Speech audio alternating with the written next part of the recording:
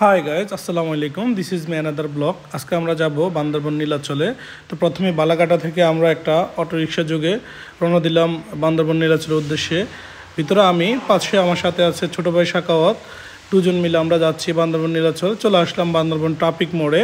Traffic মোড় থেকে আমরা বান্দরবন নীলাচলের উদ্দেশ্যে রওনা দেব। বান্দরবন নীলাচলের উদ্দেশ্যে যাওয়ার জন্য এখানে সিএনজি মাহিন্দ্রা ছাড়া আর কিছুই ভাড়া পাওয়া যায় না। সো আমরা এখানে একটা সিএনজি বা মাহিন্দ্রা দিয়ে যাওয়া যায় কিনা তা দেখতেছি।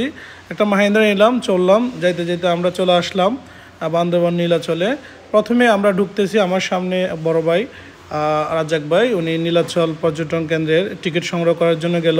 আমি ডান পাশে গিয়ে কিছু ভিউ দেখানোর উদ্দেশ্যে ভিডিও করলাম। ভিডিওতে দেখা যাচ্ছে যে এখানে নীলাচলের সামনে কতগুলো গাড়ি পার্কিং রাখার জায়গা, আর বাম পাশে হচ্ছে মোটরসাইকেল পার্কিংয়ের জায়গা। তো এক প্রকার আমরা ভিতরে ঢুকে গেলাম, টিকিট দিয়ে হাঁটতেছি, চলতেছি, যাইতে যাইতে আমরা দেখতেছি যে বান্দরবন নীলাচলের অসাধারণ ভিউ, সৌন্দর্য। তো দেখে হাতের ডান পাশে চোখে পড়লো যে কি সুন্দর ফুল। এই ফুল আমরা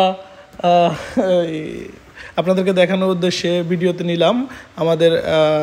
আমরা আমাদের দর্শকদেরকে দেখাবো। এখানে বসে আছি আমি, ছোটো ভাই সাকাওয়াতকে খুব বললাম আমার একটু ভিডিও নিতে।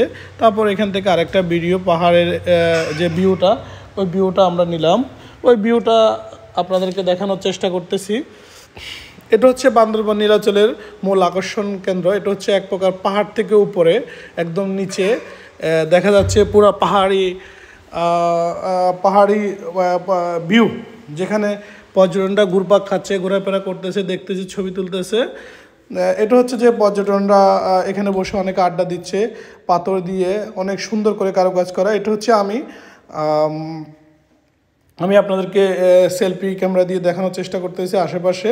তো যাওয়ার সময় আমরা কতগুলো ফুল আবার সামনে পড়লো, পাহাড়ি মেঘের অপরূপ সৌন্দর্য সামনে পড়লো, সেগুলো আপনাদেরকে না দেখালেই হয় না। সেগুলো দেখানোর উদ্দেশ্যে আমি নিজের ক্যামেরা দিয়ে ভিডিও করলাম। ভিডিও করে আপনাদেরকে দেখানোর উদ্দেশ্যে চলে গেলাম। শেষ গন্তব্যস্থল নীলাচল। জেলা প্রশাসন